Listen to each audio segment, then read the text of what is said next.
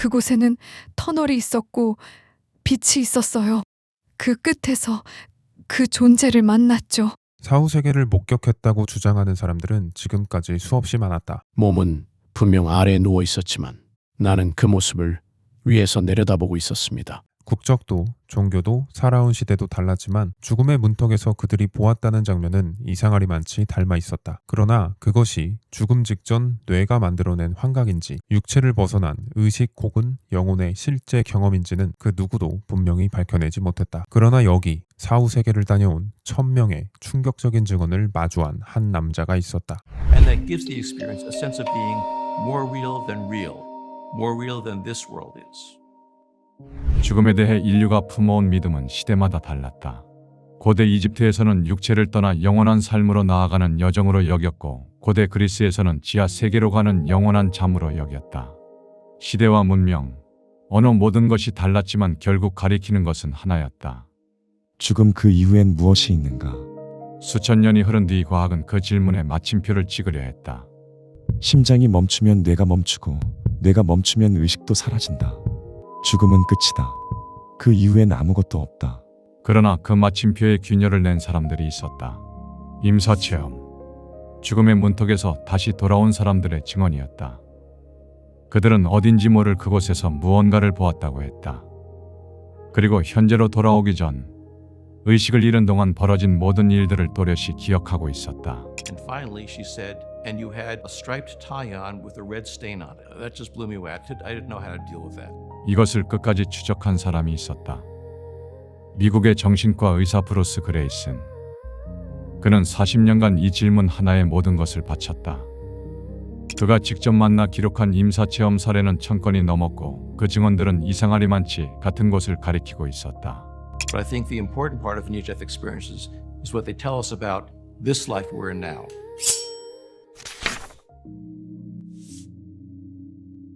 죽음 너머. 임사체험이라는 말이 처음 학계에 등장한 것은 1975년이다. 의사 레이먼드 무디가 죽음의 문턱에서 돌아온 사람들의 증언을 모아 책으로 펴내면서였다. 그러나 이 경험 자체는 인류의 기록이 시작된 이래 꾸준히 존재해왔다.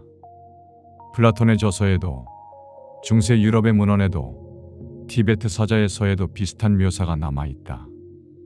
브루스 그레이슨이 주목한 것은 바로 이 시대를 초월한 반복이었다. 서로 전혀 다른 환경에서 살아온 사람들이 묘사하는 장면은 이상하리만치 겹쳤다. 어두운 통로를 지나는 감각, 그 끝에서 만나는 강렬한 빛, 몸에서 빠져나와 위에서 자신을 내려다보는 경험, 그리고 공통적으로 등장하는 하나의 감정, 두려움이 아니라 설명하기 어려운 평온함이었다. 문화권마다 표현은 달랐다. 서구권에서는 터널을 묘사했고 다른 문화권에서는 강이나 문을 말했다. 종교적 배경에 따라 만나는 존재의 이름도 달랐다. 그러나 그레이슨이 수십 년간 사례를 쌓으며 확인한 것은 형태의 차이보다 본질의 수렴이었다. 어디서 왔든 무엇을 믿든 그 경험의 핵심은 같은 방향을 가리켰다. 그는 이 현상을 측정하기 위해 임사체험 척도를 개발했다. 16가지 항목으로 구성된 이 척도는 지금도 임사체험 연구의 표준 도구로 쓰인다. 감각의 선명도, 시간의 왜곡, 삶의 되돌아보기, 빛과의 조우.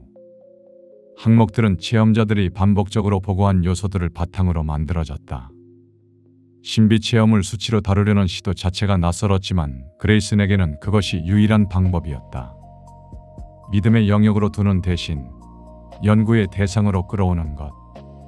그렇게 수집된 사례들 앞에서 그가 마주한 질문은 하나였다. 이 경험들이 단순한 뇌의 반응이라면 왜 이토록 일관된 방향을 가리키는가? 그들이 본 것. 임사체험 연구에서 가장 논쟁적인 지점은 유체 이탈이다. 의식을 잃은 상태에서 몸 밖으로 나와 자신을 내려다봤다는 증언. 이것이 환각이라면 설명이 된다. 그런데 설명되지 않는 사례들이 있었다. 그레이슨이 직접 목격한 일이었다. 당시 인턴이었던 그는 어느 날 저녁 대기실에서 식사를 하다 넥타이에 스파게티 소스를 흘렸다. 환자를 만나야 했던 그는 가운으로 얼룩을 덮고 병실로 향했다. 그날 밤 약물 과다 복용으로 실려온 환자 홀리는 심정지 상태로 사투를 벌이고 있었다. 다음 날 의식을 되찾은 홀리가 그를 보며 말했다. 선생님, 어제 넥타이에 소스가 묻어 있었죠. 그레이스는 그 자리에서 굳어버렸다. 홀리가 그 얼룩을 볼 수 있는 상황이 아니었다. 얼룩은 홀리가 있던 병실이 아니라 멀리 떨어진 대기실에서 생겼고 병실에 들어설 때는 이미 가운 안에 가려져 있었다. 이런 사례는 그녀뿐만이 아니었다. 심정지 상태에서 소생된 환자들이 자신이 의식을 잃은 동안 수술실에서 벌어진 일을 구체적으로 진술했다. 의료진이 사용한 기구의 위치, 오간 대화, 자신의 몸 위로 움직이던 손의 방향. 그 내용들이 실제와 맞아떨어졌다. 눈을 살짝 떴다거나 어렴풋이 들었다는 식으로 설명하기 어려운 진술들이었다. 그레이슨이 주목한 것은 사례의 정확도뿐만이 아니었다. 뇌 활동이 거의 없는 상태에서 기억이 형성됐다는 사실이었다. 기억은 뇌가 활동할 때 만들어진다는 것이 심경과학의 전제다. 그런데 그 전제가 들어맞지 않는 사례들이 반복적으로 쌓이고 있었던 것이다. 환각이라면 설명할 수 있다. 그러나 환각은 없었던 일을 만들어낸다. 이 사례들은 실제로 있었던 일을 기억하고 있다. 의식 그 너머. 심정지가 발생하면 뇌의 전기 신호는 빠르게 사라진다. 심장이 멈춘 후 10초에서 20초 사이 뇌파는 평탄해진다. 의학적으로 이 상태는 뇌 활동이 없는 것으로 간주된다. 꿈도 없고 감각도 없고 기억도 만들어지지 않는다. 그것이 신경과학이 오랫동안 전제해온 방향이었다. 그런데 그 상태에서 경험을 기억하는 사람들이 있었다. 뇌파가 평탄했던 바로 그 시간 동안의 일을. 게다가 그 기억은 흐릿하거나 단편적이지 않았다. 오히려 평소보다 더 선명하고 또렷했다고 많은 체험자들이 증언했다. 뇌가 꺼진 순간에 의식이 더 확장됐다는 것이다. 반론은 당연히 있었다. 산소 결핍이 뇌의 환각을 일으킨다는 설명, 임사 상태에서 분비되는 엔도르핀이 평온함의 감각을 만든다는 가설, 뇌가 완전히 꺼지기 직전 마지막으로 폭발적인 활동을 한다는 추측까지 모두 그럴듯했다. 그러나 이 설명들은 하나의 지점에서 막혔다. 환각과 산소 결핍은 없었던 장면을 만들어낼 수는 있지만 실제로 벌어진 일을 정확히 기억하는 것은 설명하지 못했다. 수술실의 대화, 의료진의 움직임, 멀리 떨어진 공간에서 벌어진 일. 그 내용들이 사실과 맞아떨어졌다. 이 역설 앞에서 하나의 가설이 제시됐다. 뇌가 의식을 만들어내는 기관이 아니라 의식을 걸러내는 필터일 수 있다는 것이다. 평소 우리의 삶은 어두운 창고 안에서 손전등 하나로 일부만 비추는 것과 같다. 뇌라는 손전등이 향하는 방향만 보이고 나머지는 존재하지 않는 것처럼 느껴진다. 그런데 심정지 상태에서 그 손전등이 꺼지는 순간 창고 전체에 불이 켜지는 일이 벌어진다는 것이다. 제한이 사라지면서 오히려 더 넓은 의식이 드러난다는 가설이었다. 물론 이것은 확정된 이야기가 아니다. 이것은 하나의 가능성일 뿐이다. 그러나 그가 지적한 것은 반대편 전제 역시 마찬가지라는 점이었다. 뇌가 의식을 만든다는 것도 아직은 이론일 뿐이다. 신경과학은 뇌의 어느 부위가 어떤 기능을 담당하는지는 밝혀왔지만 뇌의 활동이 어떻게 주관적 경험으로 전환되는지는 아직 설명하지 못한다. 철학자 데이비드 차머스가 의식의 어려운 문제라 부른 그 간극이다. 1000건의 사례가 가리키는 것은 그 간극이 생각보다 훨씬 넓을 수 있다는 것이었다. 파노라마. 죽음 이후 그곳에서 본 것을 묘사하는 방식은 사람마다 달랐다. 압도적인 빛이 있었어요. 처음에는 눈이 멀 것 같았지만 서서히 편안함이 느껴졌죠. 전혀 고통스럽지 않았어요. 저는 음악이 들려왔어요. 이제껏 들어본 어떤 음악보다 아름다웠고 마치 우주의 소리 같았어요. 종교가 있는 이들은 자신이 믿어온 존재를 만났다고 했고 신을 믿지 않았던 이들은 그것을 신성한 빛 혹은 근원이라 불렀다. 이름은 달랐지만 공통적으로 말한 것이 있었다. 그것은 이 세계보다 더 실제하는 것처럼 느껴졌다는 것이다. 임사 체험자들이 공통적으로 보고하는 현상 중 하나가 인생 되돌아보기다. 죽음의 문턱에서 자신의 전생애가 한순간에 펼쳐지는 경험이다. 기억의 재생이 아니다. 체험자들은 자신의 삶을 마치 외부의 관찰자처럼 바라봤다고 말했다. 자신이 했던 행동이 타인에게 어떤 감정을 남겼는지 그 감정까지 고스란히 느껴졌다고 했다. 기록된 한 사례에서 체험자는 8살 때 어느 오후를 다시 경험했다고 증언했다. 평생 기억조차 못했던 순간이 그대로 펼쳐졌어요. 그 장면이 얼마나 선명했냐면 그 자리에 있던 모기의 숫자까지 셀 수 있을 정도였어요. 기억이 아니라 마치 내가 거기에 있던 경험 그 자체였죠. 이 지점에서 많은 사람들이 예상하는 것이 있다. 심판이다.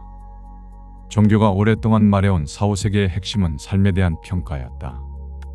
선한 자는 천국으로, 그렇지 않은 자는 지옥으로. 그 전제 위에서 죽음은 두려운 것이 되었다. 그러나 수집된 사례들에서 심판은 등장하지 않았다. 체험자들은 자신의 행동이 타인에게 미친 영향을 고스란히 느꼈지만 그것을 평가하는 존재는 없었다. 비난도 없었고 처벌도 없었던 것이다. 오히려 그들이 공통적으로 묘사한 것은 이해였다. 자신의 삶 전체가 하나의 맥락으로 보이는 감각. 왜 그런 선택을 했는지, 그 선택이 어디로 이어졌는지가 판단 없이 보였다는 것이다. 이것은 종교가 수천 년간 말해온 사후세계의 그림과 충돌한다. 심판이 없다면 천국과 지옥의 경계는 어디에 있는가? 두려움으로 가르쳐온 죽음이 실제로는 전혀 다른 얼굴을 하고 있다면 우리는 죽음에 대해 무엇을 배워온 것인가? 돌아온 자들. 임사 체험을 겪은 사람들에게는 공통적인 변화가 있었다. 죽음에 대한 공포가 사라졌다. 물질적인 것에 대한 욕망이 줄었다. 타인의 감정에 더 민감해졌다. 수십 년간 추적한 사례들에서 이 방향은 일관되게 반복됐다. 기록된 사례 중에는 이런 사람도 있었다. 평생 독불장군으로 살아온 사업가가 있었다. 경쟁에서 이기는 것이 삶의 전부였던 사람이었다. 심정지로 쓰러졌다가 돌아온 그는 달라져 있었다.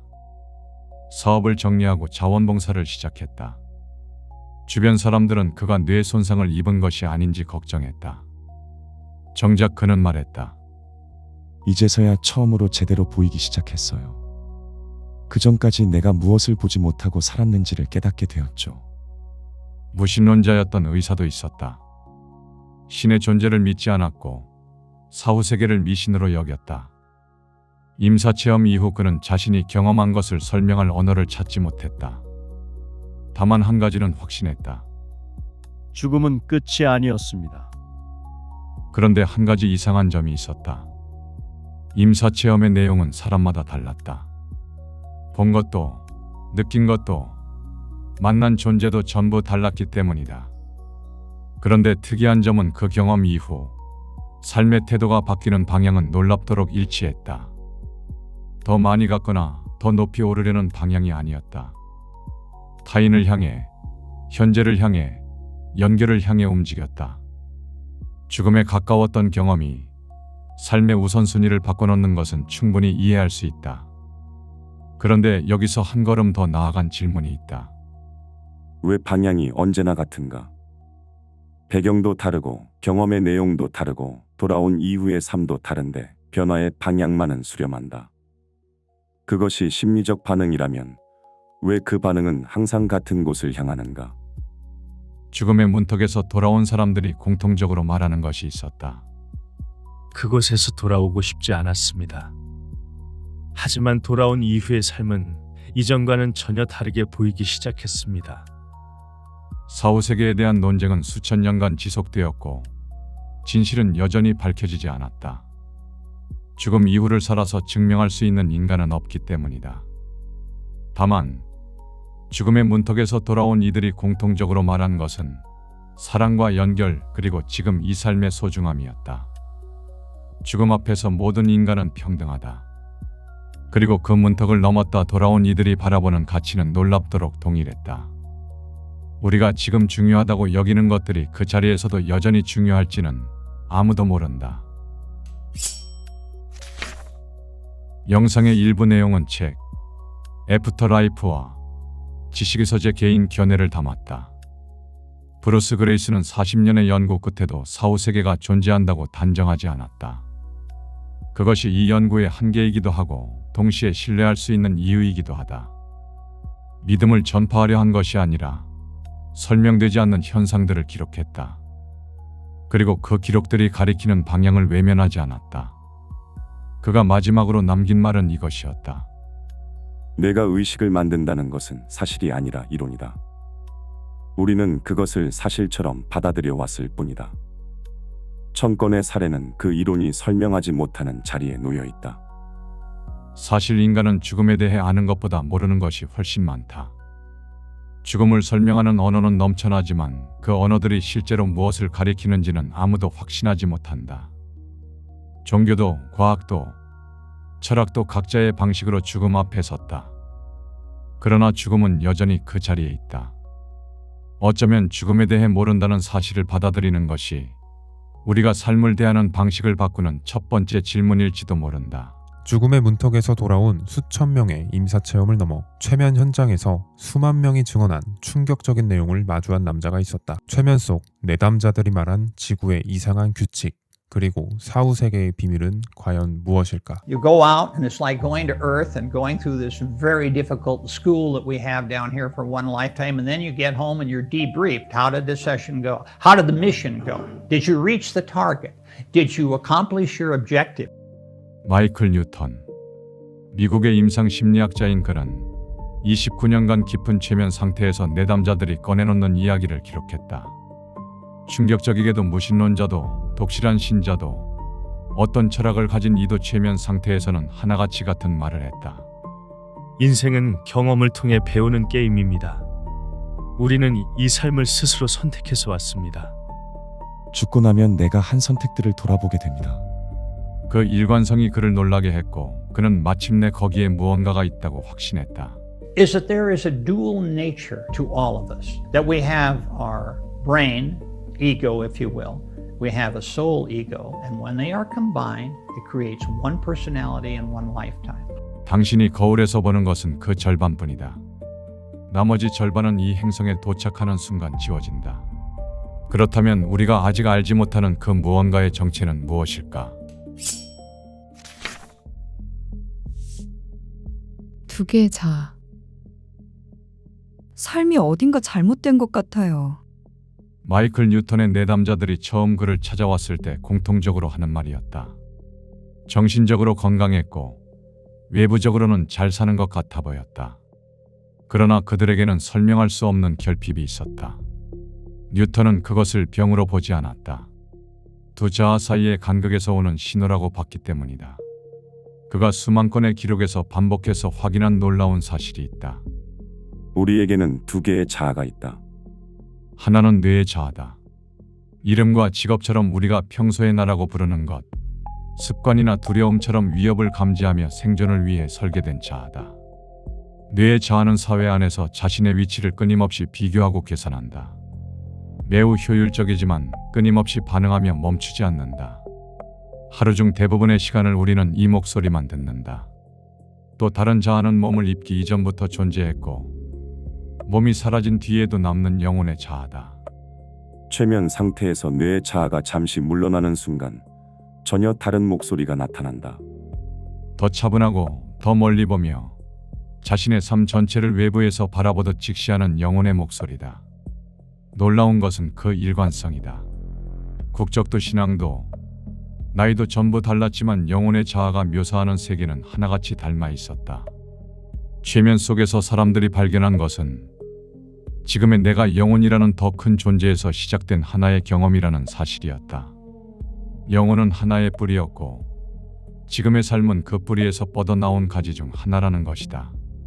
그리고 그 뿌리에 닿는 순간 이번 생뿐만 아니라 이전의 삶들도 자신의 것으로 인식할 수 있었다. 이름도 시대도 달랐지만 모두 같은 영혼에서 시작된 경험들이었다. 두 자아가 충돌하는 순간은 불현듯 찾아온다. 오랫동안 원하던 목표가 있었다. 악착같이 노력해서 사회가 성공이라 부르는 조건들을 갖추게 되었지만 행복은 잠깐이고 이상하게 공허함이 더 밀려온다. 나는 무엇을 위해 살고 있는가? 이 질문은 뇌의 자아에서 나오지 않는다. 이 물음은 더 깊은 곳에서 올라오기 때문이다. 우리는 뇌의 자아에 대해서는 평생을 배운다. 그러나 영혼의 자아에 대해서는 아무도 가르쳐주지 않았다. 그리고 놀라운 것은 이것이 가르쳐주지 않았기 때문만은 아니라는 것이다. 이 행성에 오는 순간부터 암묵적인 규칙을 따라야 하기 때문이다. 지구의 규칙. 당신은 지금 어떤 존재입니까? 저는 지금 불꽃의 형태로 있습니다. 어디인지 모르겠어요. 손이나 발이 없고 그냥 엄청 빠르게 이동 중이에요. 처음에 뉴턴은 이것을 극소수의 이례적인 사례로 봤다. 하지만 충격적이게도 최면 상태의 내담자에게 이전 생을 떠올려보라고 했을 때 그 생이 지구가 아닌 곳이었던 경우들이 점점 늘어났다. 지구는 영혼이 환생하는 유일한 장소가 아니었던 것이다. 하지만 우리가 사는 지구만의 특별한 규칙이 있었다. 지구는 아주 높은 난이도의 행성입니다. 바로 특별한 난관인 망각이 있기 때문입니다. 우리 인간의 두뇌는 이 세상으로 올 때 일종의 기억 차단막을 만들어냅니다. 다른 행성이나 차원에서의 환생에는 이 차단막이 지구처럼 두텁지 않다고 한다. 지구는 그 망각이 가장 강하게 작동하는 곳이다. 왜 이런 설계가 필요한 것일까? 우리가 사는 인생은 게임과 같습니다. 답을 알고 시험장에 들어가면 아무것도 배우지 못한다. 지구에 오기 전 자신의 계획을 기억한 채 태어난다면 삶은 각본을 읽는 연기가 된다. 진짜 선택은 사라진다. 고통 앞에서 진짜로 흔들리고 기로에서 진짜로 망설이려면 지금 이 순간이 전부라고 느껴야 한다. 그렇다면 왜 영혼들은 이 어렵고 불편한 행성을 굳이 선택하는 것일까? 최면 상태의 내담자들이 꺼내놓은 답은 의외로 단순했다. 지구에서의 한 생이 다른 어떤 환경보다 빠르게 영혼을 성장시키기 때문이었다. 기억을 잃은 상태에서 스스로 답을 찾아야 하는 것, 관계의 마찰 속에서 버텨야 하는 것, 죽음을 알면서도 살아야 하는 것. 이 조건들이 고통스러울수록 영혼이 가져갈 수 있는 것도 많아진다는 것이다. 흥미로운 사실은 어린 시절부터 지구라는 무대가 유독 낯설게 느껴진 사람일수록 전혀 다른 환경에서 긴 시간을 보낸 영혼이 지구를 선택했을 확률이 높다는 것이다. 기억은 지워지지만 그 감각의 잔상은 남는 것이다. 그 이질감은 이곳이 처음이거나 익숙하지 않다는 신호일 수 있다. 지금 당신이 여기 있다는 것 자체가 하나의 선택이며 우연히 태어난 영혼은 없다는 것이다.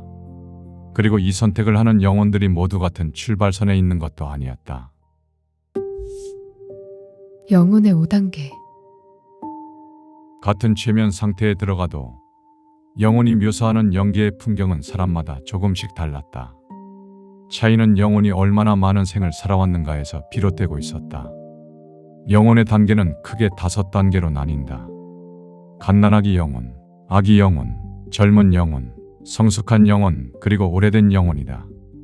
마이클은 연계에서 영혼이 발산하는 에너지의 색으로 그 단계를 구분했는데 흰빛에 가까울수록 경험이 적은 영혼, 깊고 짙은 빛을 띨수록 오랜 생을 살아온 영혼이었다. 갓난아기 영혼과 아기 영혼은 지구에서의 생이 많지 않다. 감정의 기복이 크고 자신에게 일어나는 일들을 있는 그대로 받아들이기가 어렵다. 세상이 불공평하다고 느끼고 타인의 행동에 강하게 반응한다. 쉽게 상처받고 쉽게 분노한다.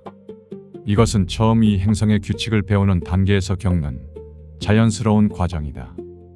젊은 영혼은 경쟁에서 두각을 나타내는 경우가 많다. 성취와 인정에 강하게 반응하고 사회가 성공이라 부르는 것을 향해 에너지를 집중한다. 부와 명예, 권력 같은 것들이다. 이 단계의 영혼은 지구의 규칙 안에서 가장 능숙하게 움직인다. 그러나 그것을 손에 넣는 순간 공허해진다. 왜 사는가에 대한 답은 아직 찾지 못한 상태이기 때문이다. 성숙한 영혼에 이르면 관심의 방향이 바뀐다. 타인이 보이기 시작한다. 나의 이익이 아니라 관계 자체를 보기 시작하고 내면의 성장이 외부의 성공보다 중요해진다. 외부 기준에 흔들리기보다 내부의 기준으로 삶을 이끌어가기 때문에 삶의 의미에 대한 질문이 깊어지고 자신의 선택이 타인에게 어떤 영향을 미치는지를 의식하기 시작한다. 5단계인 오래된 영혼에 들어서면 공통적으로 겪는 현상들이 있다. 어린 시절부터 또래와 결이 다르다는 느낌, 무리 속에서 혼자인 것 같은 감각, 가십과 경쟁으로 가득한 대화에서 의미를 찾지 못하는 경험 등 누군가에게는 말하지 못하지만 본인만 알고 있는 경험들이다. 이 지구라는 무대가 유독 낯설게 느껴졌지만 어른이 되어가며 몸에 맞지 않는 것 같은 불편함에 점점 적응하게 된다. 이것은 더 많은 생을 살아온 영혼이 이 행성에서 느끼는 초기 마찰에 가까운 것이다. 이 오래된 영혼의 단계를 두고 일부는 더 구체적인 이름으로 부르기 시작했다. 첫 번째는 스타피플 혹은 스타시드로 불리는 영혼으로 다른 행성이나 차원에서 긴 시간을 보낸 영혼이 자신의 경험과 빛을 나누기 위해 지구를 선택한 경우를 가리키는 말이다. 이들은 우주와 별, 아직 밝혀지지 않은 미스터리에 강하게 이끌린다. 밤하늘의 별을 올려다볼 때 막연한 그리움을 느끼고 고독 속에서 오히려 내면이 충전된다. 이들의 결정적인 특징은 표면적인 관계가 아니라 영혼의 수준에서 연결될 수 있는 깊은 교감을 찾는 것이다. 그렇기에 처음 만난 자리에서도 오래된 영혼끼리는 서로를 감지한다. 다른 하나는 라이트워커, 빛의 일꾼이다. 스타시드가 지구 바깥의 경험을 가지고 온 영혼이라면 빛의 일꾼은 지구에서의 오랜 윤회를 통해 깊은 어둠을 직접 통과해온 영혼이다. 이들은 절망의 무게와 세상이 무너지는 것 같은 경험을 통과했기에 고통이 무엇인지 진정으로 안다. 그래서 타인의 고통 앞에서 이론이 아니라 감각으로 반응한다. 어둠을 이해한 자만이 빛을 안내할 수 있다. 그래서 이들에게는 설명할 수 없는 충동과 사명이 있다. 고통받는 사람 앞에서 그냥 지나치지 못하는 것과 세상이 지금보다 나아질 수 있다는 것을 믿고 포기하지 못하는 것이다. 그것이 이 역할에게 주어진 사명에 가깝다. 다만 이 단계는 서열이나 높고 낮음이 아니다. 갓난아기 영혼도 오래된 영혼도 같은 출발점에서 시작해 같은 방향으로 나아가고 있다. 그저 지금 어느 지점에 있는가가 다를 뿐이다. 그리고 어느 단계에 있든 한 생을 마친 영혼이 반드시 마주하게 되는 공간이 있다. 영계로의 귀환. 육체 속에 파묻혀 그저 이끌려갔는가? 아니면 스스로 빛을 발하며 살았는가? 죽음 이후의 심판이 기다린다고 많은 이가 믿는다. 선과 악을 가르는 존재가 영혼의 무게를 달고 살아온 행실에 따라 걸맞은 자리로 보낸다는 믿음이다. 종교는 수천 년간 천국과 지옥을 말해왔고 영화와 소설은 그 경계 넘어 어딘가를 그려오기도 했다. 그러나 수만 건의 기록이 묘사하는 실제 장면은 우리가 믿어온 것과는 달랐다. 죽음의 순간 영혼은 육체를 빠져나간다. 오래된 영혼일수록 즉시 자유로이 본향으로 향하고 경험이 적은 영혼일수록 잠시 어리둥절한 상태로 머문다. 잠시 후 안내자가 찾아온다. 영혼은 안내자의 손에 이끌려 긴 복도를 지나기 시작한다. 양옆으로 다른 공간이 이어져 있지만 그것들을 지나치며 복도의 끝에 이른다. 이윽고 넓은 홀이 펼쳐진다. 대리석 원주가 줄지어 서 있고 벽은 여러 빛깔의 불투명한 유리로 되어 있다. 어딘가에서 낮은 합창과 현악이 흘러온다. 불빛은 황금빛이고 부드럽다. 홀을 가로질러 안쪽으로 더 들어가면 천장이 높고 돔 모양을 한 둥근 방이 있다. 빗줄기가 위에서 흘러내린다. 그리고 그 방의 중앙 긴 초승달 모양의 탁자 앞에 그들이 앉아 있다. 영혼의 여정을 검토하고 다음 생을 함께 설계하는 존재들, 원로들이다. 그들은 매우 자애로운 존재들입니다. 영화에 등장하는 검은 법복의 판사들과는 전혀 다릅니다. 원로들의 태도는 온화했다. 오랜 시간 당신을 알아온 누군가를 마주하는 것처럼. 3가지를 묻겠다. 이번 생에서 성실함과 정직함을 유지했는가? 스스로 빛을 발하며 살았는가? 아니면 타인의 믿음에 이끌려 살았는가? 가진 힘을 긍정적인 것을 위해 썼는가? 아니면 타인을 지배하는 데 썼는가?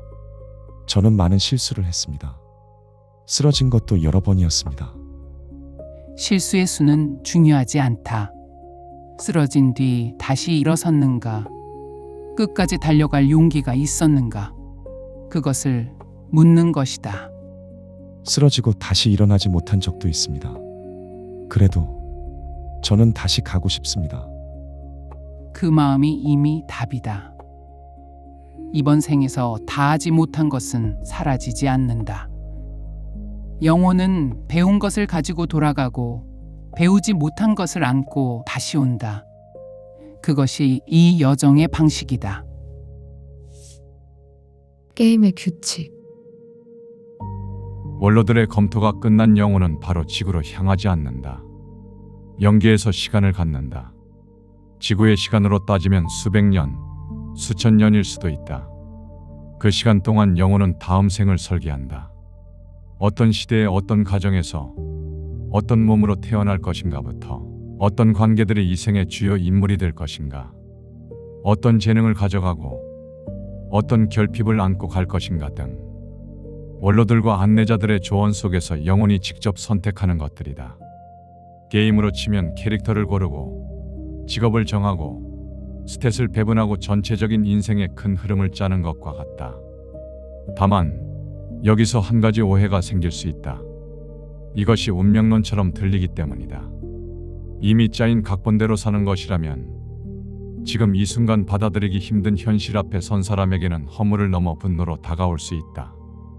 하지만 영혼이 설계하는 것은 어떤 환경에서 시작할 것인가, 어떤 과제를 안고 갈 것인가와 같은 큰 흐름에 불과하다.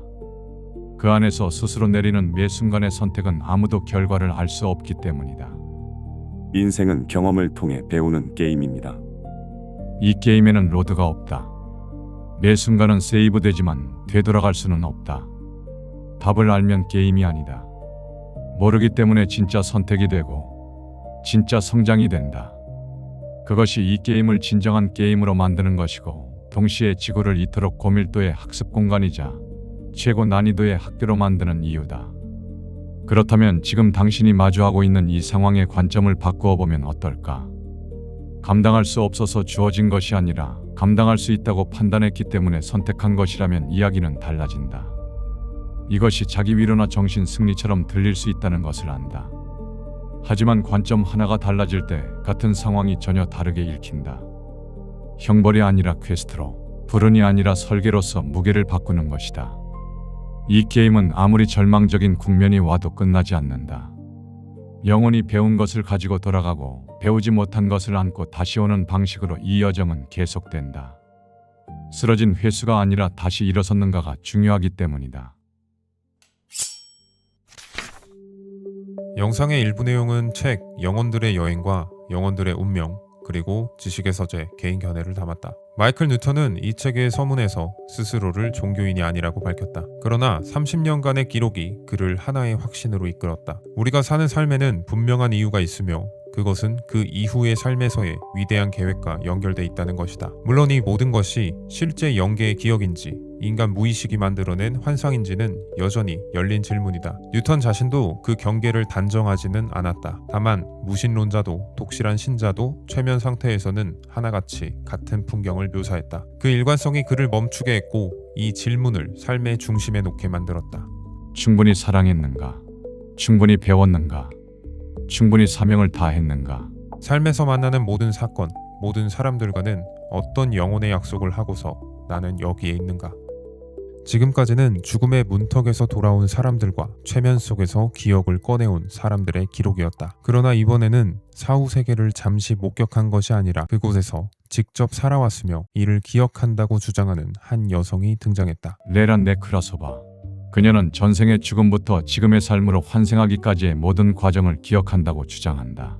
이 이야기는 허구가 아니며 그저 내가 기억하는 바를 꾸밈없이 있는 그대로 적은 것이다. 내 이야기가 너무 비현실적으로 느껴진다면 그냥 한 편의 소설처럼 읽어도 좋다. 지금부터의 이야기는 사후 세계를 기억한다고 주장하는 한 여성의 충격적 기록이다.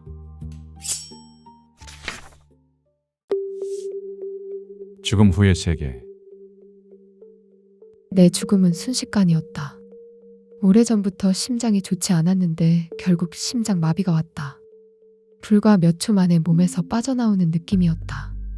처음에는 심장이 멈추는 것을 느꼈고 귀에 소음이 들리더니 숨을 쉴 수가 없었다. 그러고는 침대 위에 쓰러져 있는 내 모습을 바로 옆에서 보게 되었다. 이상하게도 전혀 무섭지 않았다. 가장 먼저 떠오른 생각은 이것이었다. 아, 드디어 끝났구나. 가족들이 어떻게든 나를 되살려보려 했지만 헛수고였다. 나는 그 모든 상황을 몸 밖에서 지켜보고 있었다.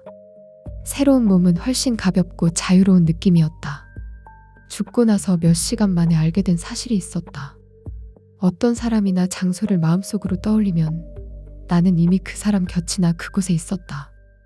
그게 너무 재미있어서 처음 한동안은 이곳저곳으로 옮겨다니며 떠오르는 모든 이들을 찾아갔다. 새로운 상태가 되자 사람들의 감정이 정확하게 이해되기 시작했다. 마치 그들에게 연결된 듯했고 그들의 감각이 제3자의 시점으로 보였다. 누가 내 죽음 소식을 듣고 어떤 반응을 보이는지 알아보는 게 재밌었다. 어떤 이들은 진심으로 슬퍼했지만 어떤 이들은 슬퍼해야 한다는 걸 알면서도 별 감정이 안 들어서 슬픔을 억지로 짜내고 있었다. 나는 웃으며 생각했다.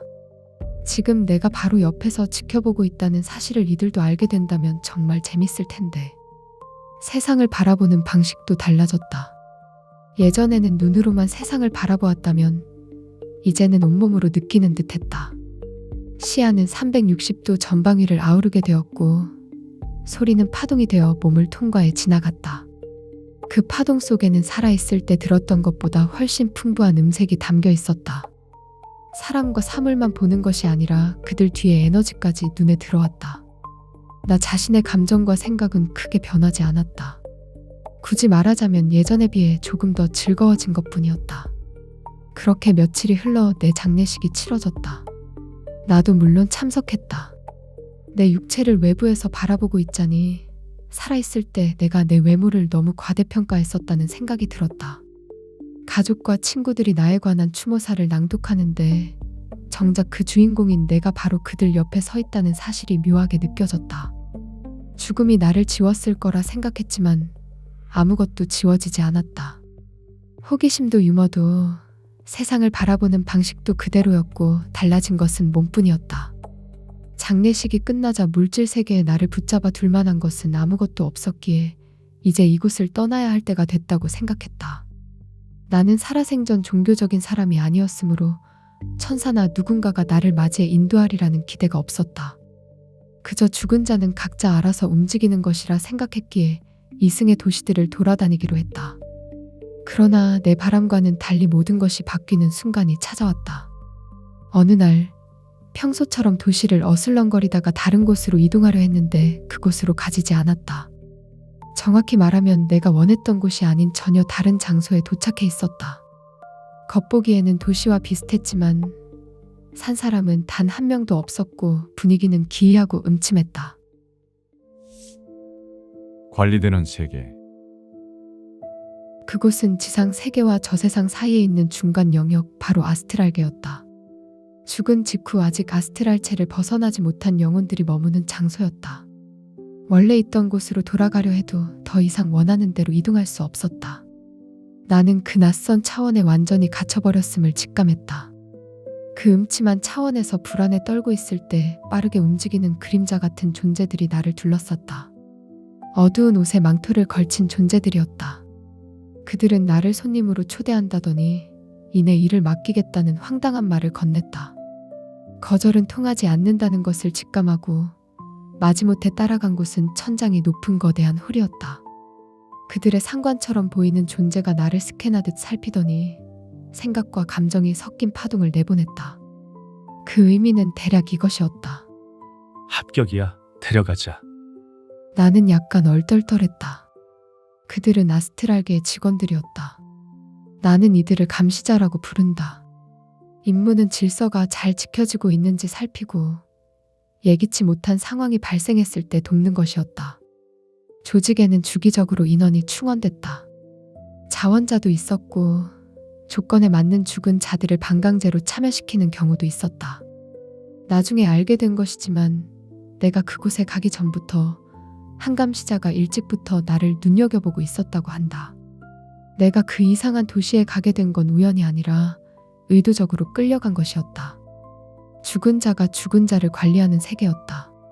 직책이 있었고 역할이 있었으며 충원이 있었다. 평생 믿어온 것과 실제로 가닿은 곳 사이에 아무도 말해주지 않은 세계가 있었다. 감시자로 일하면서 나는 아스트랄계의 여러 구역을 돌아다닐 수 있었다. 사람들로 북적이는 대도시 영역에는 무리지어 거리를 배회하는 죽은 이들이 가득했다. 그들은 평생 종교를 믿었고 죽은 뒤 천국에 갈 것이라 믿어왔는데 실제로는 이곳에 묶여 목적 없이 떠돌고 있으며 누구도 그들을 맞이하러 오지 않았다는 것이었다. 처음에는 그들에게 뭐라고 대답해야 할지 알지 못했다. 나는 오히려 죽은 뒤 기분이 좋고 모든 것이 흥미롭게 느껴지는 것이 조금 민망하기까지 했다. 하지만 곧 이렇게 말했다. 여러분은 죽은 지 그렇게 오래되지 않았잖아요. 여러분이 이곳에 오기 전까지 얼마나 많은 사람들이 있었을지 생각해 보세요. 만약 그들 모두가 지금까지도 여기에 맴돌고 있었다면 이곳은 벌써 발 디딜 틈도 없었을 거예요. 이 논리는 많은 이들을 설득시켰다. 그리고 나는 이렇게 생각했다. 그래, 분명 죽은 이들의 영혼은 어디론가 데려가지는 게 틀림없어. 그렇지만 어디로? 왜? 그렇게 되면 영원히 자신의 자아를 잃어버리는 것은 아닐까? 이후 감시자로 일하는 동안 수호천사들이 실제로 존재한다는 것을 확인했다. 그들을 직접 보았고 많은 이들과 대화를 나누었다. 그리고 어느 순간 이곳에서의 시간도 끝나간다는 것을 느꼈다. 내 앞에 나타난 수호천사는 아스트랄계에서 저 세상으로 넘어가는 과정을 설명해주면서 내가 이승에 익숙한 장소들과 가까운 사람들에게 작별을 고할 수 있도록 도와주었다. 그렇게 아스트랄체를 한 번 더 벗고 나는 저 세상으로 건너갔다. 상위자. 저 세상에 도착했을 때 나는 영혼들을 각 세계로 안내하는 역할을 맡게 되었다.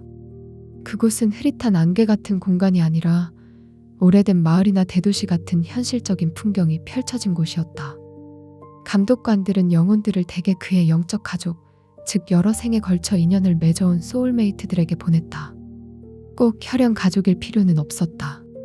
친구였거나 연인이었거나 동료였던 이들이 영적 인연의 이끌림에 따라 함께 살고 있었다.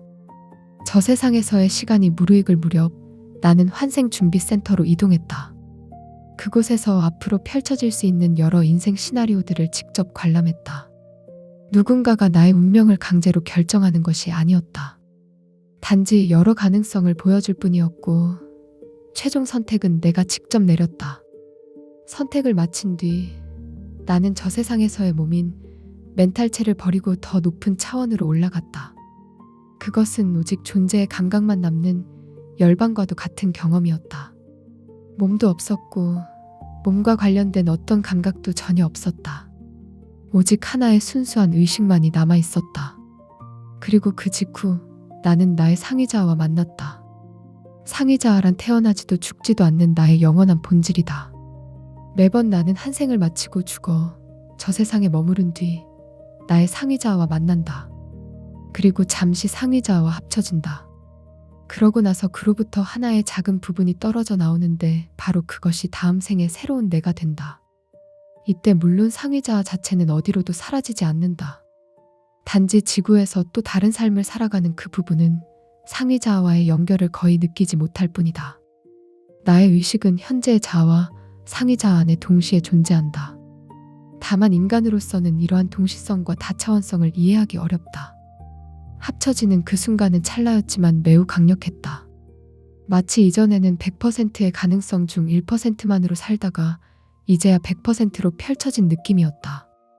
그리고 합일이 끝나면 그로부터 하나의 작은 부분이 떨어져 나온다.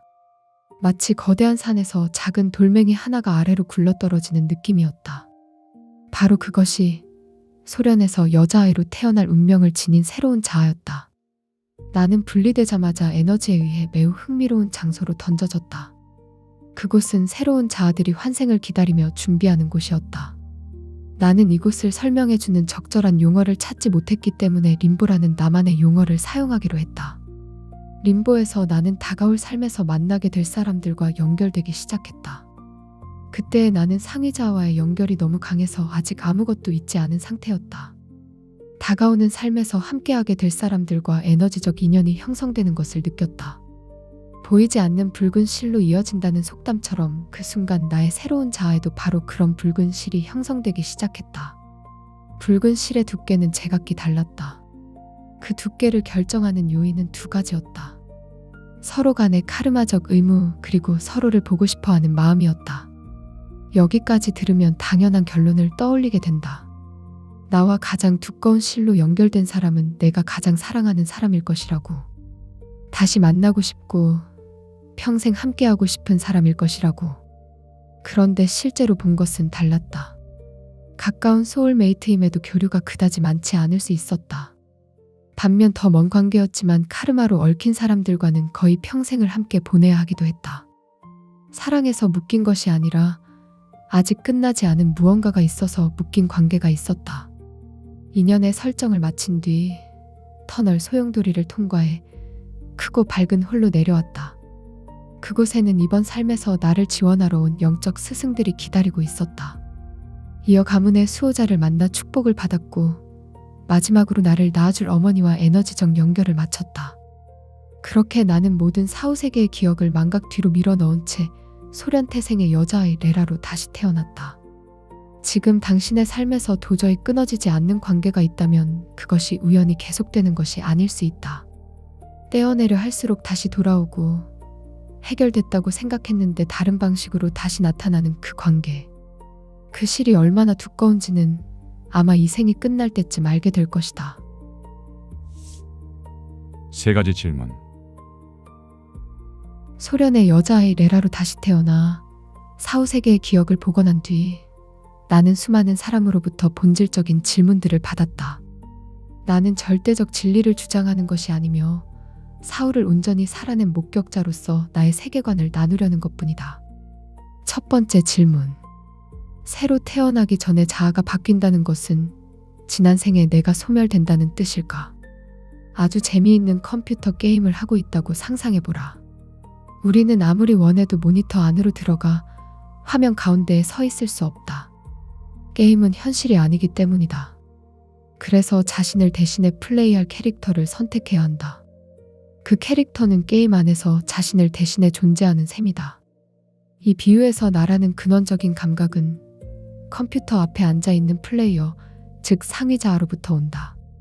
상위자아는 더 높은 차원의 다차원적 존재이기에 우리 세계로 완전히 들어올 수 없다. 따라서 삶으로 내려오기 위해서는 캐릭터를 선택하고 그 캐릭터의 의식을 조종해야만 한다. 각각의 인간은 하나의 삶 속 자아 그 이상의 존재이며 의식의 일부가 내려와 캐릭터를 통해 정해진 역할을 수행하고 있는 것이다. 게임이 끝나면 그 캐릭터는 어디로도 가지 않는다.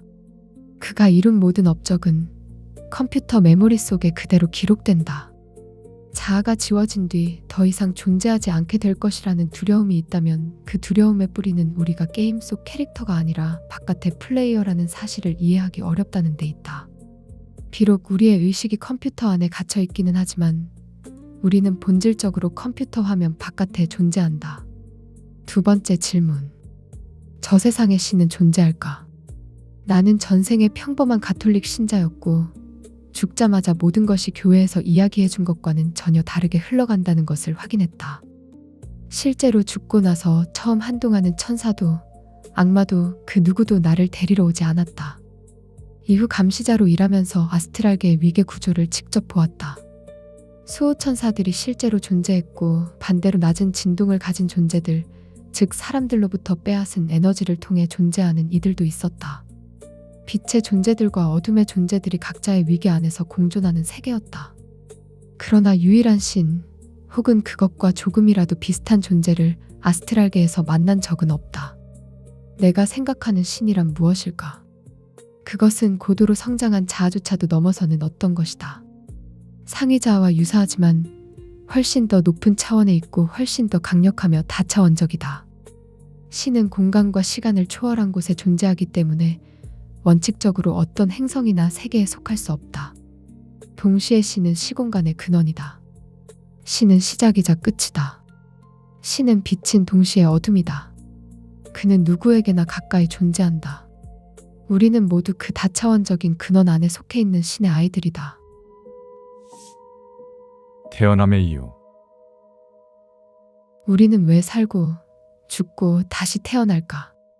삶에 어떤 궁극적인 의미 같은 것은 없다고 확신한다. 삶은 그저 우리가 살아가도록 우리에게 주어지는 것이다. 어떤 행동이든 의미는 그 행동 자체에 있다. 휴가의 의미는 휴가 그 자체에 있고, 일의 의미는 일에 있으며, 삶의 의미는 삶 자체에 있다. 의미를 집요하게 찾으며 그것이 없다고 한탄하는 사람은 단지 현재 자신을 괴롭히는 내면의 문제들로부터 도망치고 싶은 것일 뿐이다. 그렇다면 왜 우리는 이 세계에 태어났는가? 사람마다 이유는 다르다. 그러나 대체로 세 가지 원인이 모든 사람들을 태어나게 만든다. 첫째는 축적된 카르마다. 다른 사람들에 대한 의무와 빚이다. 둘째는 과거에 자신이 품었던 욕망들이다. 셋째는 소울메이트들을 향한 끌림과 그들과 이승해서 함께 있고자 하는 욕망이다. 우리 주변에서 일어나는 모든 사건의 근원은 바로 우리 자신이다. 여기에는 우리의 과거 축적물, 욕망, 행동들 또한 포함된다. 세상은 잔혹하고 불공정하다고 비난하는 한, 우리는 스스로 성장하고 나아갈 수 없다. 수많은 삶들이 주는 교훈은 하나다. 사람은 자신에게 일어나는 일에 대해 책임이 있으며 더 이상 주변 사람들을 탓하지 말아야 한다는 것이다. 그렇다면 이 세계에서 더 이상 태어나지 않으려면 어떻게 해야 할까? 이론상으로는 세 가지 선택지가 있지만 현실적으로는 두 가지다. 첫 번째 길은 영적 세계에서 책임 있는 높은 직책을 맡아 오랫동안 그곳에 머무는 것이다. 수백 년 동안 그곳에 머무는 존재들은 대부분 무겁고 어려운 일을 맡고 있다. 그 자리를 쉽게 떠나거나 누구에게 넘겨줄 수도 없다. 영원한 낙원 대신 거대한 정신적 부담을 짊어지는 길이며 매우 높은 성장 수준이 요구된다. 두 번째 길은 우리 행성의 영적 세계 시스템으로부터 완전히 벗어나는 것이다. 단순히 원한다고 해서 다른 은하 어딘가에서 태어날 수는 없다. 떠나도록 허락을 받아야 한다. 그 허락을 받을 수 있는 사람은 평균 성장 수준을 훨씬 뛰어넘은 사람들이다. 더 발전된 세계에서의 환생 또한 완벽한 선택지는 아니다. 다른 곳들에도 문제들이 있다. 아무 문제도 없고 불행한 일도 일어나지 않는 완벽한 곳이 어딘가에 있다고 믿는 것은 환상에 불과하다. 이 세계는 그 여정 중 하나의 정거장이다. 어떤 이에게는 긴 정거장이고 어떤 이에게는 짧은 정거장일 뿐이다. 우리 세계에서나 다른 세계에서나 우리는 행복해질 수도 있고 불행해질 수도 있다. 그 열쇠는 항상 우리에게 있기 때문이다. 영상의 일부 내용은 책 나는 사후세계를 기억한다와 지식의 서재 개인 견해를 담아 재창작되었다. 저자 레라 네크라소바는 이 책이 출간될 당시 33살이었으며 모스크바에 살고 있는 평범한 여성이라는 자신을 밝혔다. 그녀는 그 외 본인의 신상을 밝히지 않았지만 오랜 기간 영성 주제의 블로그를 운영해왔으며 그 포스팅들을 엮어 이 책을 출간하게 되었다고 말한다. 흥미로운 것은 그녀가 태어날 때부터 전생을 기억하는 것은 아니었다는 점이다. 어린 시절부터 이 생을 한 번만 사는 게 아니라는 이상한 확신이 있었지만 무언가를 알고 있는 것은 아니었다. 그러나 삶은 우연을 가장하며 그녀를 이끌었다. 친구의 전생 이야기를 듣던 날 그 이야기 속 한 인물이 자신이라는 것을 알아차렸다고 한다. 친구가 말하지 않은 결말을 기억해냈고 두 사람의 기억이 일치한다는 것을 확인하면서 기억의 조각들이 몰려오기 시작했다고 주장한다. 물론 이 모든 것이 실제 사후세계의 기억인지 그녀가 만들어낸 소설인지는 알 수가 없다. 다만 이것을 함부로 맹신하거나 거짓이라고 주장할 수 없는 이유는 죽음 이후에 무엇이 있을지는 아무도 모르기 때문이다. 누군가는 죽음을 끝이라고 말하거나 죽음 이후 천국이나 지옥 같은 사후세계가 있다고 믿는다. 혹은 특정 종교와 무관하게도 사후세계가 있지 않을까라는 본능적인 기대를 하기도 한다. 저자는 책의 마지막 장에서 이렇게 끝맺음을 남겼다. 우리는 한 상태에서 다른 상태로 이동하고 수많은 삶을 살며 기뻐하고 슬퍼한다. 우리의 여정은 태어나기 훨씬 이전부터 시작되었고 죽음 이후에도 계속될 것이다. 우리 각자의 안에는 영혼이 있다. 이것은 신의 영원한 조각이다. 바로 그 덕분에 우리는 세계를 인식할 수 있고 자신의 현실을 창조할 수 있다. 그녀의 말대로 이 세계와 사후세계가 그 무한한 여정 중 잠시 거쳐가는 정거장에 불과하다면 우리가 그동안 당연하게 붙잡아온 관념과 신념들은 어쩌면 그리 절대적인 것이 아닐지도 모른다.